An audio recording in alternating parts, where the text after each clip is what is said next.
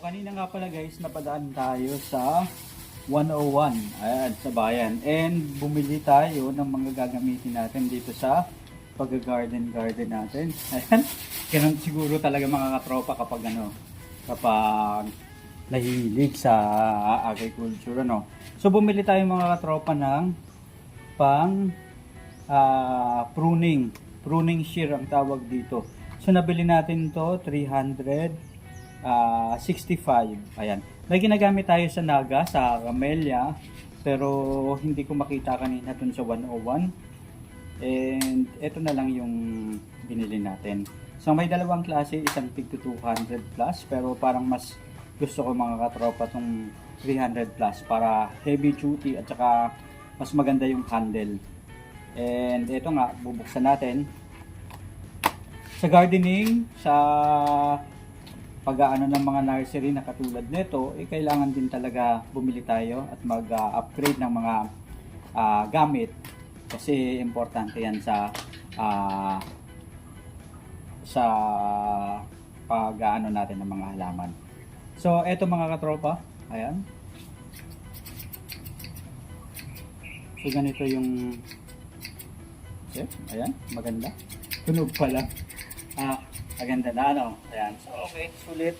So 365 pesos. Ayan. So ang total ng nagastos natin mga katropa is inabot ng 793.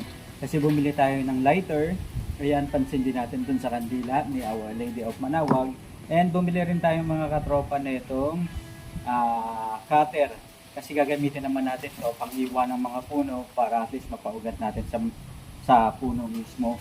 And another is bumili rin tayo ng rake, steel garden rake. Steel garden rake pala ang tawag sa ganito mga katropa.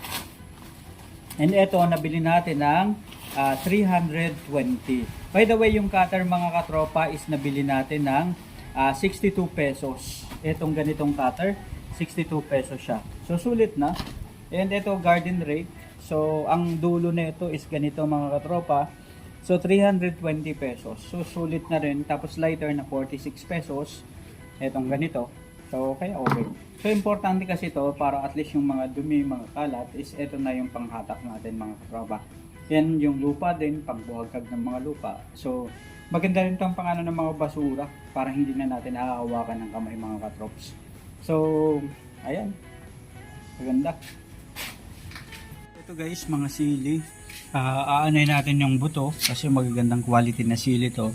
Ibibilad natin tapos patutubuin natin para maging puno na katulad nitong mga to. So balak natin yung gagawing mga chili oil and as byproduct. So para pagparami tayo ng maraming puno ng sili mga katropa. Is ito, nagbudding tayo ngayong araw na to, yung mga bago nating mga variety ng mangga. So binading na natin, patutubuin natin sa sanga yung mga ugat. Sa aking mango ng Japan, so nilagyan na natin dito, ginamit natin yung Coca-Cola bottle and gumamit rin tayo ng black bag. Tapos dito naman sa kabila, ayan. So nagputol din tayo sa taas ng sa sanga and dito naman natin inilagay. So pauugatin naman natin dito. And ito yung Guimaras mango, Sweet Elena. Ayan. So rin tayo ng dalawa. So isa dito, isa. So apat kasi yung sanga nito. So dalawa yung natin. So tinanggalan natin ng dahon kasama rin dito sa kapila. So nag-experiment tayo guys. Yung isa tinanggalan natin ng dahon, yung isa naman pinip natin yung dahon. And bali dito sa Miyazaki mango, tatlong concept yung ginawa natin. Isang may dahon, isang walang dahon, at yung pauugatin naman natin dito. Yung pinutol natin na sanga dun sa kapila. So dito naman tayo mga katropa sa isang variety pa. Ito yung R2E2 na mangga, Australia. So dito naman tayo nagpaugat. Tinanggal din natin mga katropa yung dahon para at least makabuelo. So tingnan natin kung mag-uugat yan. So dito naman tayo sa kabila. Ito naman yung ating variety ng Giant Queen Mango. Ayan, so Juwan Mango, Taiwan. So dito naman tayo pagpapaugat. So dito sa sanga na to. And dito naman sa kabila mga katropa, Katimon Mango, Katimon ng Thailand. So Thailand variety. So yung isang sanga anuhan rin natin na makapagpaugat tayo dito. So far ito yung nagawa natin ngayong maghapon. So meron tayong 1, 2, 3, 4, 5, 6, 7 and 8 na pauugatin mga katropa. So tingnan natin kung magiging successful to. Pero please naman sa mga katropa natin, ganito rin yung sistema nila ng paggagawa at pagpapaugat nga sa sanga. Happy lang tayo guys na nandito na yung mga mangga natin. Meron tayong Miyazaki Mango, meron tayong R2E2 na Australia, yung Miyazaki Japan, tapos ito Thailand na Katimon. So merong Philippine variety nga pala ng Katimon, pero itong Thailand yung variety natin. And meron din tayo mga katropa yung tinatawag na Queen Mango. Ayan. So yung Juwen Mango ng Taiwan, isa rin sa pinakamasarap na mangga to. And ito yung Num Dakmay. Ayan. So wala pang sanga kaya hindi pa tayo makapagpaano. Pero nakapagpatubo rin tayo guys ng Num Dakmay na buto. Kaya okay lang. And ito naman yung Indian Mango mga katropa. So tingnan natin kung mapapatubo rin natin itong isa na to. And pauugatin natin dito sa nilagay natin na lupa. So ito mga katropa, ayan, ito yung mga itsura ng mga mangga natin. Australian mango to, so R2E2, mga mapopular rin to, halos magkamukha sila ng Miyazaki. And meron din tayo mga katropa mga apple mango, pero ano pa lang, patutubuin pa lang natin mga katropa. Pabisitahin lang muna natin yung ating mga mangga na itinanim. Ito galing sa seedling talaga.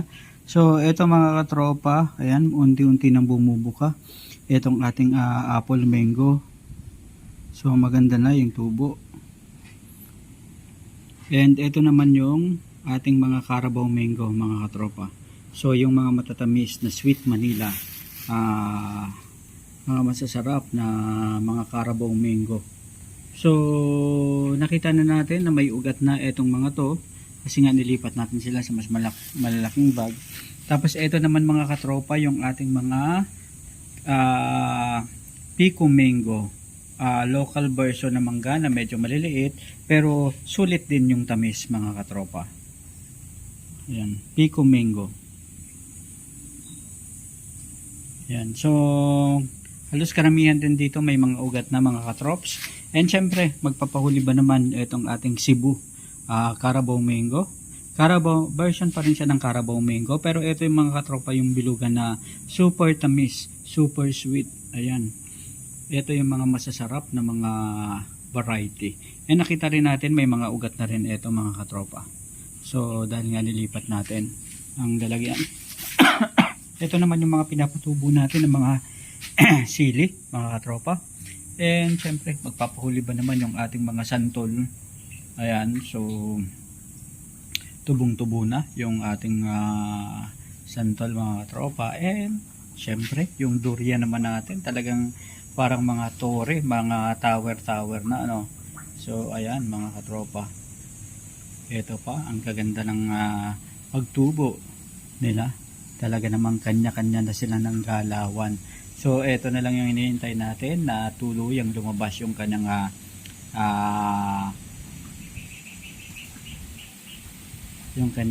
berde na mga galamay, dahon, parang katulad nito. And ito talagang medyo mahiyain pa itong isa nating durian. And so far happy tayo. And maganda yung kinakahinatnan nitong pag-garden natin mga katropa. And ayun nga yung mga mangga naman natin, talagang super masyado ng mataas itong ating Miyazaki mango. So binading nga pala natin mga katropa para and pauugatin din natin dito sa mga puno na nga. Yan. Mga katropa, pauugatin naman natin dito mismo sa dito sa lupa. So eto, ayan, so tatakpan na lang natin dyan itong plastic. Lalaki na. So ito yung pakain natin. Ayan. At dito naman sa kabila pakain na. So nauhaw yung isa nating baboy dun sa kabila.